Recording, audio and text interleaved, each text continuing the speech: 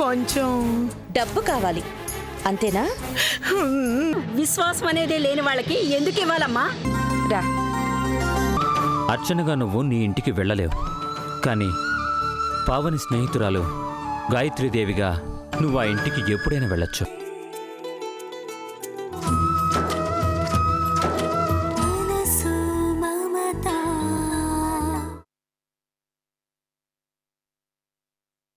శ్రీరామ రామ రామేతి రమే రామే మనోరమే సహస్రనామ తత్తుల్యం రామనామవరాననే శ్రీరాఘవం దశరథాత్మజమప్రమేయం సీతాపతిం రఘుకులాన్వయదీపం. స్వామి, మా అక్కని కనిపించేలా చెయ్యమని దీక్ష పట్టాను. ప్రతి శనివారం క్రమం తప్పకుండా నీ సన్నిధికి వస్తూనే ఉన్నాను. అయినా నువ్వు నన్ను కటాక్షించడం లేదు. ఇంకా మా అక్క కనిపించనే లేదు.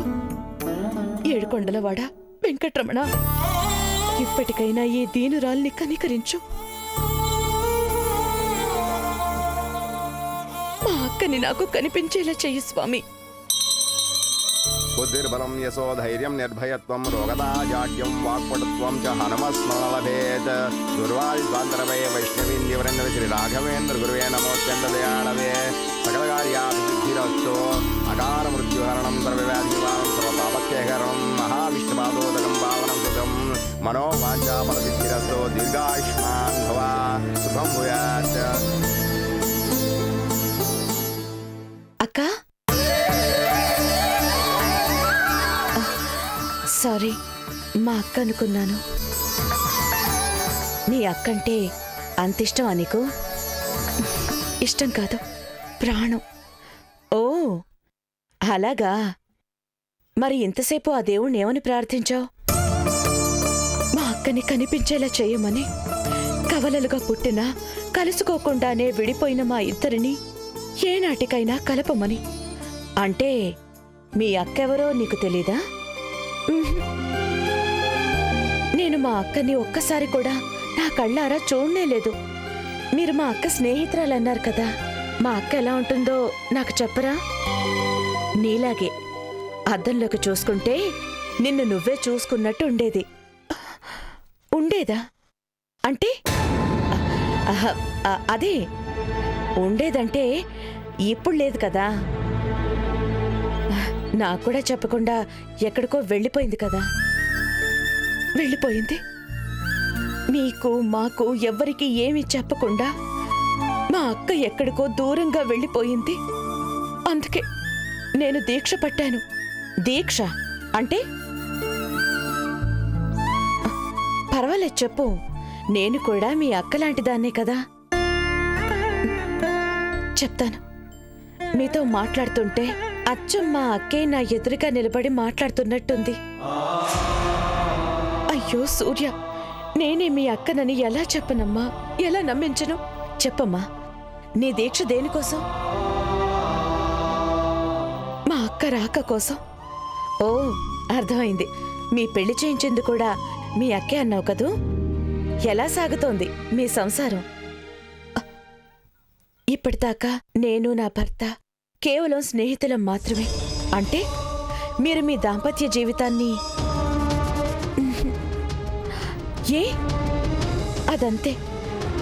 మా పెళ్లి జరిపించిన మా అక్క తిరిగి రావాలి. మనసారా మమ్మల్ని దీవించాలి.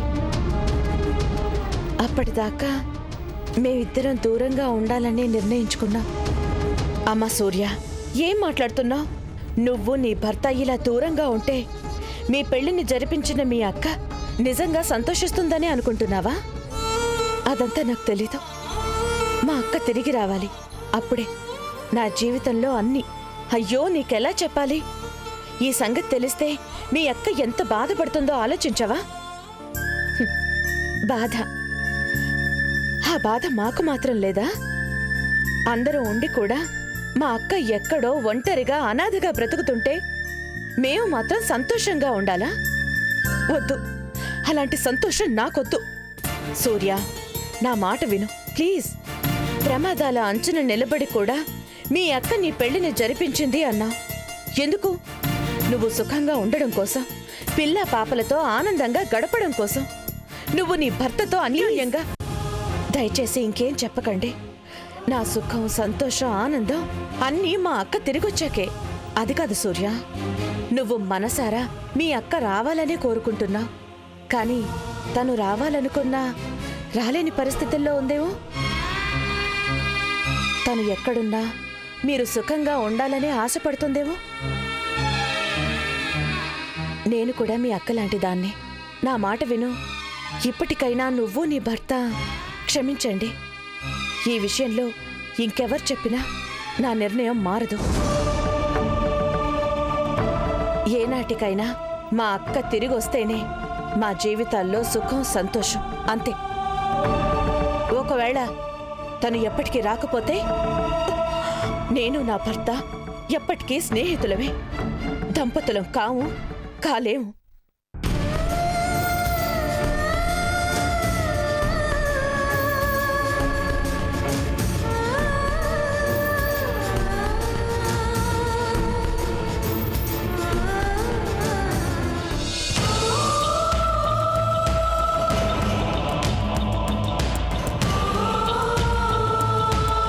ఇప్పటిదాకా నేను నా భర్త కేవలం స్నేహితులం మాత్రమే. మా అక్క తిరిగి రావాలి. అప్పుడే నా జీవితంలో అన్నీ. నేను నా భర్త ఎప్పటికీ స్నేహితులమే. దంపతులం కాము, కాలేము. భగవంతుడా, ఇప్పుడేంటి చేయడం? నా చెల్లెలు నేను లేనని తన సుఖ సంతోషాల్ని దూరం చేసుకుని బతుకుతోంది. పెళ్లి చేసుకుని కూడా భర్తకి దగ్గర కాలేక ఒంటరిగా ఉంటుంది. ఇదంతా నా వల్లే. నేనే అర్చనని అని చెప్పుకోలేకపోవడం వల్లే. వీల్లేదు. నా కోసం నా చెల్లెల జీవితం మోడుగా మారడానికి వీల్లేదు. ఇప్పుడే ఈ నాటకానికి తెరదించాలి.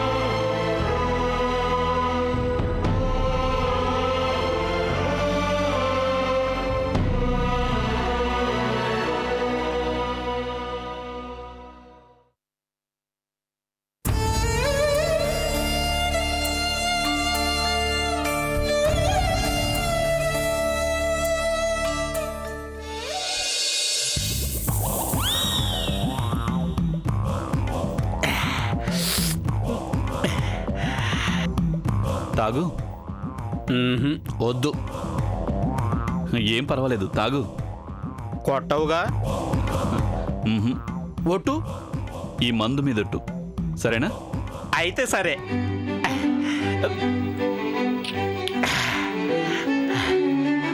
బాబు, వద్దన్నా పిలిచి మరీ మందు కొట్టిస్తున్నావంటే. స్నేహం కనుకయ్యా, మనిద్దరం స్నేహితులం కదా.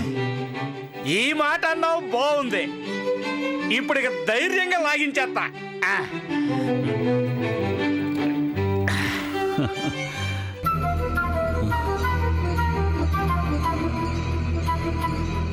బాబు, ఆ దేవుడు కూడా తపస్సు చేస్తే గాని వరాలు ఇవ్వడంటారు కదా. మరి నువ్వేంటి? ఏంటి ఇవాళది పుట్టినరోజా? కాదు, పెళ్లి రోజా? ఓ, నువ్వు ఇంకా బెమ్మచారివే కదూ బాబు. బెమ్మచారి ముదిరినా బెండకాయ ముదిరినా దండగే, తెలుసుగా. బాబు, మరి పెళ్ళి ఎప్పుడు చేసుకుంటావు బాబు? ఏటి చెప్పవా? అయితే సరే బాబు, నన్ను అడిగితే ప్రతి మగోడికి ఓ పిల్లం ఉండాలి, తిండి ఎట్టడానికి తన్నించుకోవడానికి. బాబు ఈడేదో తాగి వాగుతున్నాడు అనుకుంటున్నావు బాబు? నువ్వు మా సెడ్డ మంచోడివి. ఎందుకంటే తనకు మాలిన ధర్మం తెలిసినా కూడా నువ్వు తాక్కుండా నాకు మందు పోయిస్తున్నావు బాబు. బాబు నా చర్మం ఒలిసి తమకు చెప్పులు కుట్టించినా తమ రుణం తీర్చుకోలేను బాబు. బాబు మీరు నా ప్యానం బాబు, మీకోసం నా ప్యానం ఇచ్చేస్తాను బాబు, నా ప్యానం ఇచ్చేస్తాను.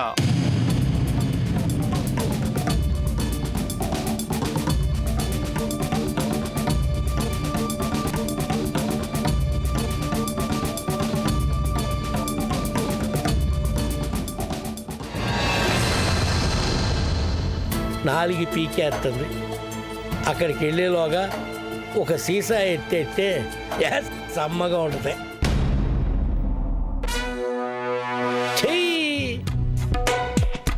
మొత్తం కలిపిన 30 సీసా కూడా రాదు. వస్తుందిలే, చచ్చినోడి పెళ్ళికి వచ్చిందే కట్నం అన్నట్టు. అయినా ఇదేమైనా కష్టపడ్డ సొమ్మా? గజం కళ్ళబడకుండా కొట్టుకొచ్చిందేగా. గురుగారు గురుగారు నమస్తే. నమస్తే.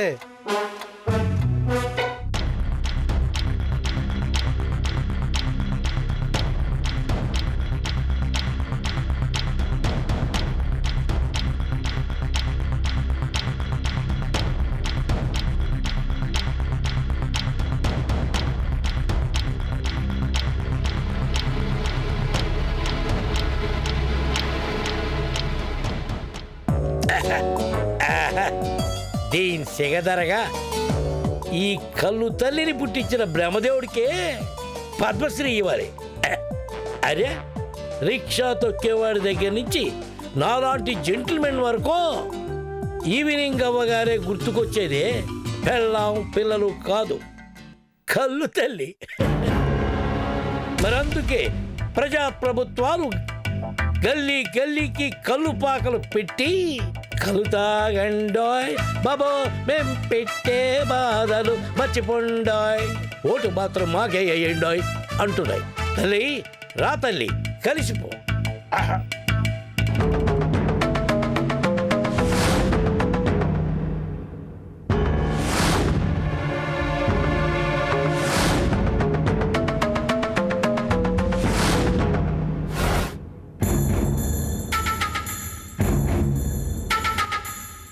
అరే అప్పుడైపోయిందా? ఒక ఫుల్ సీసా అంటే ఇంతేనా? ఎంత ఉండొచ్చుగా. వీళ్ళ సొమ్మేం పోయింది? చెయ్యి మొత్తం లాభాలే కదరా మీకు. ఇప్పుడు ఏం చేయాలబ్బా? సగం కుతే తీరినట్టుంది. ఏం చెయ్యాలి?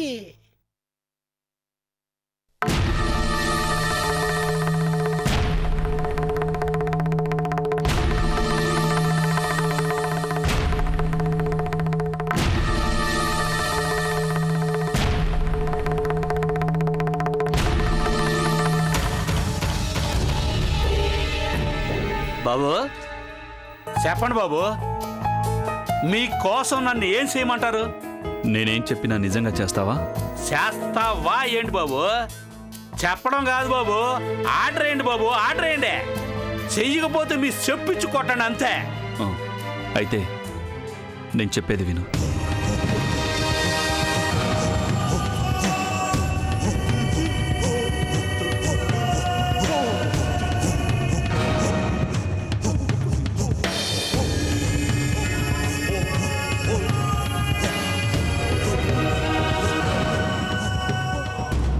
ఓకే బాబు, బాబు అర్థమైపోయింది బాబు. కొంచెం కూడా అనుమానం రాకూడదు.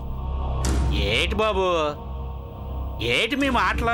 ఫుల్లుగా తాగేసి పెళ్ళానికి రోజుకో కొత్త కథ చెప్పే తాగుబోతుని. నా గురించి తమకు పూర్తిగా తెలియదు బాబు. మనం రంగంలోకి దిగాక ఇంకేం భయం లేదు బాబు. తమరే చూస్తారుగా నా పెతిబేంటో. వెళ్తాను బాబు. ఆడి సంగతి నాకు వదిలేయండి. అయిపోయాడు బాబు, అయిపోయాడు.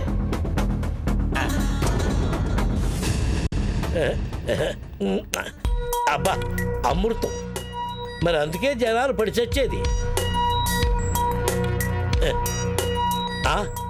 ఏంటిది నా కోరిక మద్యపాన మంత్రి గారు వినేశారా ఏంటి? దండాలండి వెంకటరత్నం గారు, దండాలే. నా పేరు మీకు ఎలా తెలుసండి? తమర గురించి ఈ ఊళ్ళో తెలియని వాళ్ళు ఎవరున్నారు బాబు? ఇప్పుడంటే ఇట్ట అయిపోయారు కానీ ఒకప్పుడు జమీందారులాగా ఎట్ట ఉండేవారు. అవును, ఆ రోజులే వేరు. ఇప్పుడేముంది, అంత ఖాళీ. బాధపడకండి బాబు, ఓడలు బళ్ళైతే ఆ బళ్ళే మళ్ళీ ఓళ్ళైపోతాయి. రావు, ఆ రోజులు రావు, మళ్ళీ రానే రావు. ఉమ్? ఉమ్. ఉమ్. ఉమ్. ఏం పర్లేదు, దున్నేవాడిదే భూమి, కొట్టేవాడిదే మందు. లాగిచ్చే బాబు. అబ్బా, ప్రజాస్వామ్యాన్ని ఎంత సింపుల్ గా చెప్పా బాబు. మరి అంతే కదా బాబు. ఇదిగోండి బాబు, ఈ గల్లాసులే కదా గుండెల్ని దగ్గర చేసేది. అబ్బా, ఇక్కడ ఇక్కడ తగిలిందమ్మా నీ మాట. పోయి పోయి పోయి.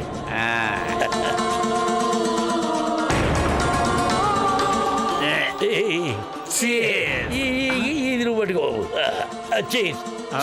ఏటి బాబు? అయ్య బాబే, గట్టిగా చెప్పబ్బా. ఇదిగో మన ఇద్దరు స్నేహం కోసమే. Long long ago, life long ఓగో.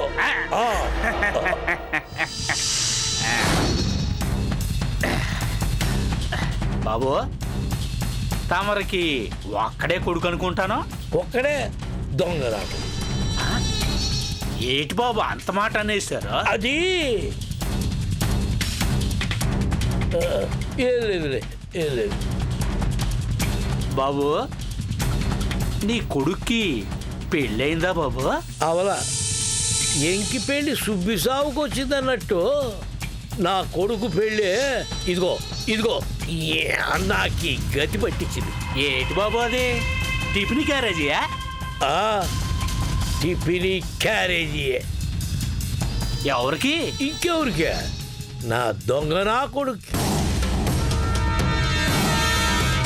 ఓ, కొడుకు ఆఫీసులో ఉద్యోగం చేస్తుంటే నాయన టిఫిన్ క్యారేజీలు అట్టుకెళ్ళడం చాలా బాగుంది బాబు, చాలా బాగుంది.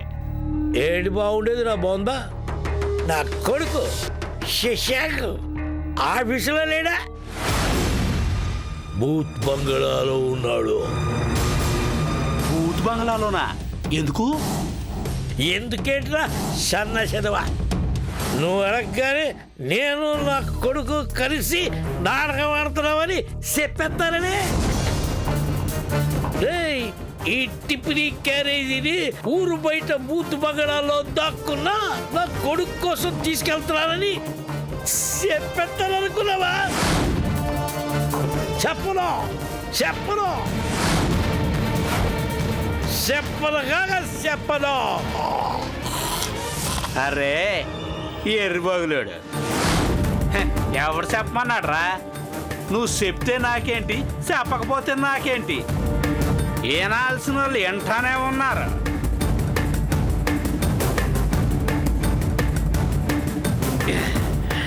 రే, నువ్వు చెప్తే ఏంటి, చెప్పకపోతే ఏంటి?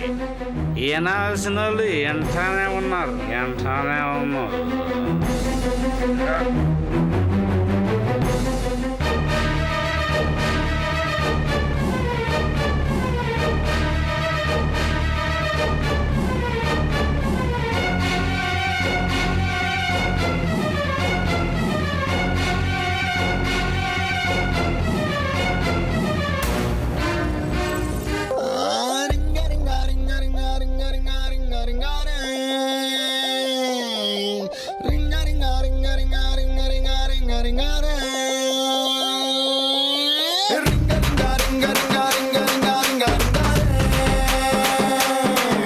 పాషు పాషు పరదేశీ నేను వేష భాషలు మార్చేశాను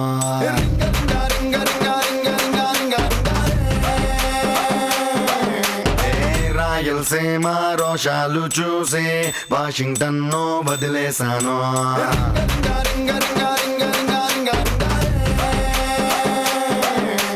తెల్ల పిల్ల తెల్ల పిల్ల అన్నారంతా తెల్లబోయి కళ్ళు విప్పి చూసారంతా పిల్ల ఇది కల్లా అని గిల్లి చూసినారు ఎర్రగా ఎర్రగా అసలుకేమో నా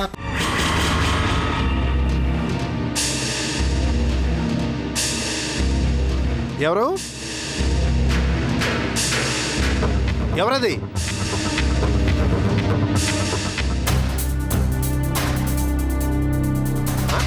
నానా నువ్వేనా